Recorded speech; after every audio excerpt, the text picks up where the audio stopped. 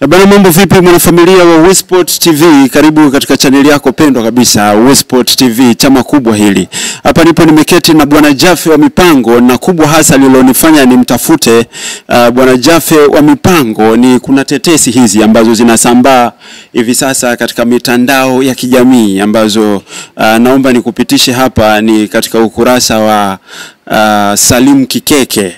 Yeye bwana ameposti kwamba Dewji kudhamini timu 10 NBC Premier League 2025-2026.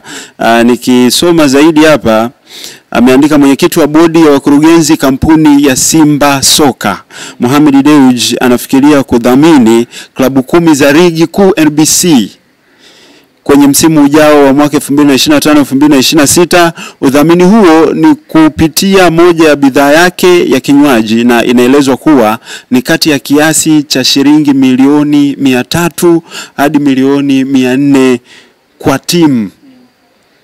Bana, ni virabu 10 na kumbe ni milioni 300 mpaka milioni 400 kwa timu. Ina maana kwa kila kirabu.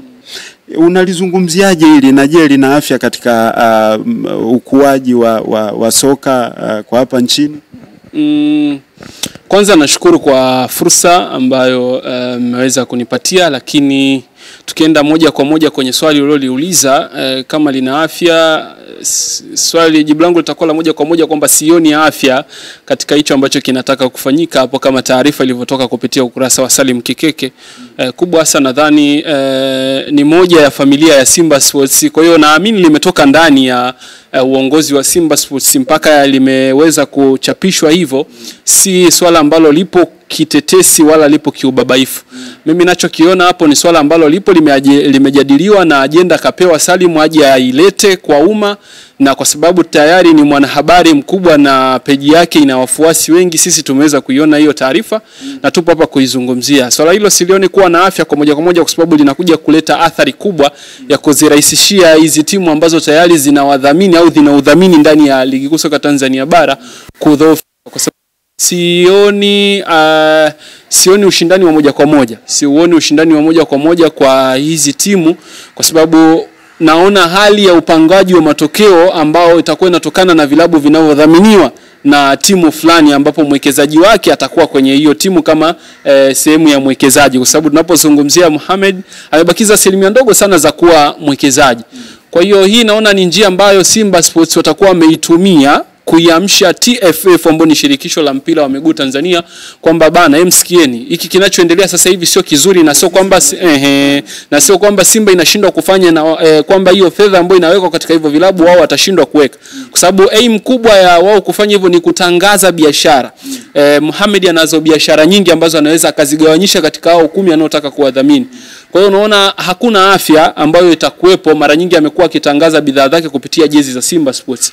Sasa anapopeleka bidhaa zake katika vilabu vingine hatuoni ushindani, kwa sababu uwezi ukampangia bosi cha kufanya, kwa sababu yeye anakulipa mshahara. Aliyakuwa yupo katika mamlaka yake, ana uwezo wa kuonana na wewe, ana haki ya kuonana na wewe muda wowote. Siku kabla ya mchezo anaweza kuzungumza na wewe na akakupa hamasa. Sasa vipi hamasa yake ikiwa inakwambia kwamba sikilizeni, huu ni mchezo muhimu kwa upande wetu, mnachotakiwa muangalieni kila namna ya kutubeba kwenye mchezo. Unategemea kutakuwa kuna ushindani? Unategemea utaona Simba ikipoteza mchezo? Katika mechi 10, katika timu 10 tunazungumzia alama 60 home and away. Alama 60 tunazungumzia tayari possibly wewe una nafasi ya kuwa bingwa ligi kuu soka Tanzania bara. Sasa unajihatarishia wewe mwenyewe katika michuano ambayo hivi sasa tunazungumza umeweza kuweka walau muendelezo wa wewe kufika hatua za robo finali. Mara 6 mara 7 hii umefika finali ya kombe la shirikisho, ukiachilia mbali na uzungumzo ya 93. Binafsi sikuiona, lakini naisoma kwenye records ambazo zimewekwa. Niliwahi kuzungumza na King Kibadeni Mputa, akanieleza hali halisi ilikuwa kwa wakati huo na namna ambavyo ilivyo na utofauti na hivi sasa. Kwa hiyo silioni hili swala likiwa na afya, Mr. Augusto. Sioni kama ushindani utaendelea kuwepo kwa ligi kuu soka Tanzania bara, kwa sababu ili swala naliona katika jicho la tofauti. Itakuwa ni ushindani wa kimasoko ya kibiashara, kwa sababu sasa haitakuwa ni ligi, itakuwa ni masoko ambayo sasa bidhaa zinaletwa, kila mmoja anashindanisha bidhaa yake ili ifanye vizuri sokoni. Kwa maana hiyo kama GSM Gharibu ataweka milioni 400, inamlazimu sasa ndugu yetu Mohamed aweke dau zaidi ya lile milioni 400 ili kurahisisha hizi timu kuwa upande wake kuliko kuwa upande wa klabu ya Young Africans. Sasa mnapogawanyisha makundi ndani ya ligi kuu soka Tanzania bara, ni maanisha mnaweka utimu. Na huu timu ndio umekuwa ukiathiri timu nyingine kutoku kujituma kwa hali na mali kuhakikisha kwamba bana tumekwenda kupambana na tunachokihitaji ni matokeo. Imekuwa ina athari ya moja kwa moja. Tunaziona hizo. Kinachoikwamisha mfano timu kama Azam ni Usimba na Uyanga ndani ya uongozi. Ndicho kinachoitafuna kwa hivi sasa. Usimba na Uyanga umefanya viongozi waonekane hawana ueledi wa kujua nini wanachokitaka kwenye msimu. Usimba na Yanga ndio umewafanya waonekane ni tawi. Huyu anaimba ni tawi la Simba, yule anaimba ni tawi la Yanga.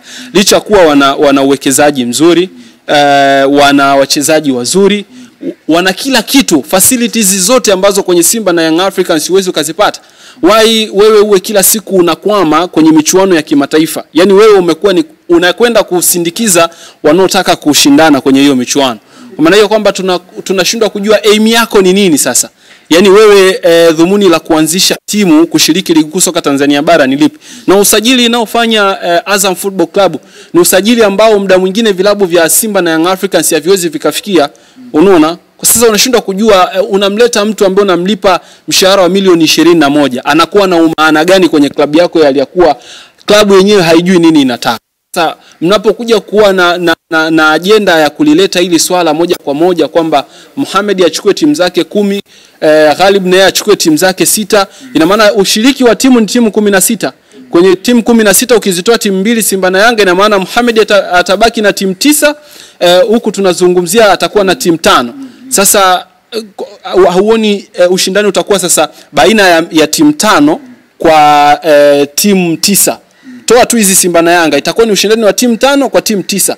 Kwa sababu huku sasa itakuwa ni timu Mo, huku itakuwa timu Gharib. Sioni, yani hili swala silionei afya. Nadhani tu mimi naona itakuwa ni wake up call kwa shirikisho la mpira wa miguu Tanzania kwamba bana tumechoshwa na huu taratibu ambao umedumu ndani ya msimu mzima wa 24-25 kwa klabu fulani kudhamini kwa mdhabuni wake wa upande wa masuala ya jezi kudhamini vilabu vingine ambavyo kuna viashiria vya wao kuona kwamba hawa watu wanabebwa kwa namna moja au nyingine. Kwa mimi naliona hivyo Mr. Augusto. Sasa mpaka Mo anafikia hatua pengine tu, kwa sababu Tanzania kuna kasumba tetesi yoyote mara kadhaa tumeona tetesi zinakuwa zinaibuka kuwa ukweli. Na vipi kama hili litakuwa ni kweli? Je, Mo anafanya hivi kulipa mapigo kwa wapinzani wake, au anafanya hivi kuikomoa bodi ya ligi pamoja na shirikisho ambao wameshindwa kusimamia jambo ambalo limekuwa likipigiwa kelele kwa msimu mzima takriban na mashabiki lakini na viongozi wa Simba kwamba halina afya katika uwekezaji na katika maendeleo ya kisoka hapa? Tunarudi kule Augusto. Ukisema anajibu mapigo, siaoni mapigo yenyewe ambayo anayajibu.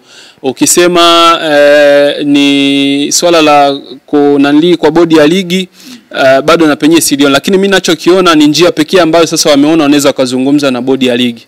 Yaani mimi naiona hii ni njia moja kwa moja ya wale Skalia sasa kuamka kuona kwamba nilichokifanya katika uongozi wangu, licha ya mazuri yote ambayo yanaimbwa na kusifia, pia kuna changamoto nyingi ambazo pia kuna blanda ambazo nimezifanya, na blanda zenyewe ndo kama hizi zinaonekana kwa sasa hivi. Sasa ili kuondosha hayo madhaifu ambayo yanaharibu taswira ya kile ambacho umeweza kukitengeneza, ni watu sasa kutoka kuja kwa namna nyingine ya wao kuidai haki. Mimi ninachokiona Simba wanaidai haki, ndicho ninachokitazama kwa hivi sasa, ila sioni mafikirio ya moja kwa moja ya Mohamed kutaka kudhamini hivyo vilabu vingine, sioni. Ila ni njia sahihi au njia pekee ambayo wao wamekaa chini na kutazama kwamba bana, kama hili swala halitozungumzwa wala halitochukuliwa hatua, sisi nasi tupo tayari kuweka fedha, kwa sababu tunapoweka hiyo fedha haipotei bure. Tutakuwa tumeongeza kujitangaza. Ina maana kuna watu bado hawajajua bidhaa za Mo ni bidhaa gani. Kuna watu hawajui Mo anajihusisha na nini.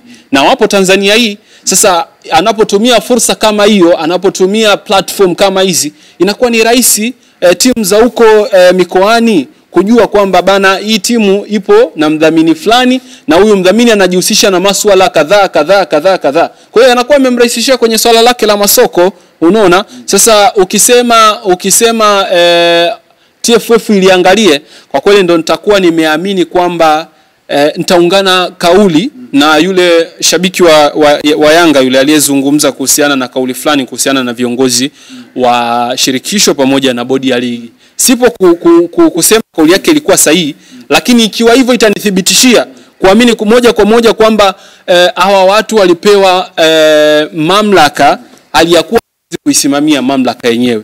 Kwa hiyo mimi naona kwangu hili swala ni namna ambayo Simba wametumia njia ambayo wanaona ni sahihi kutafuta haki katika msimu unaofuata. Wamevumilia, mechi zimeshachezwa hivi sasa tunaelekea ukingoni.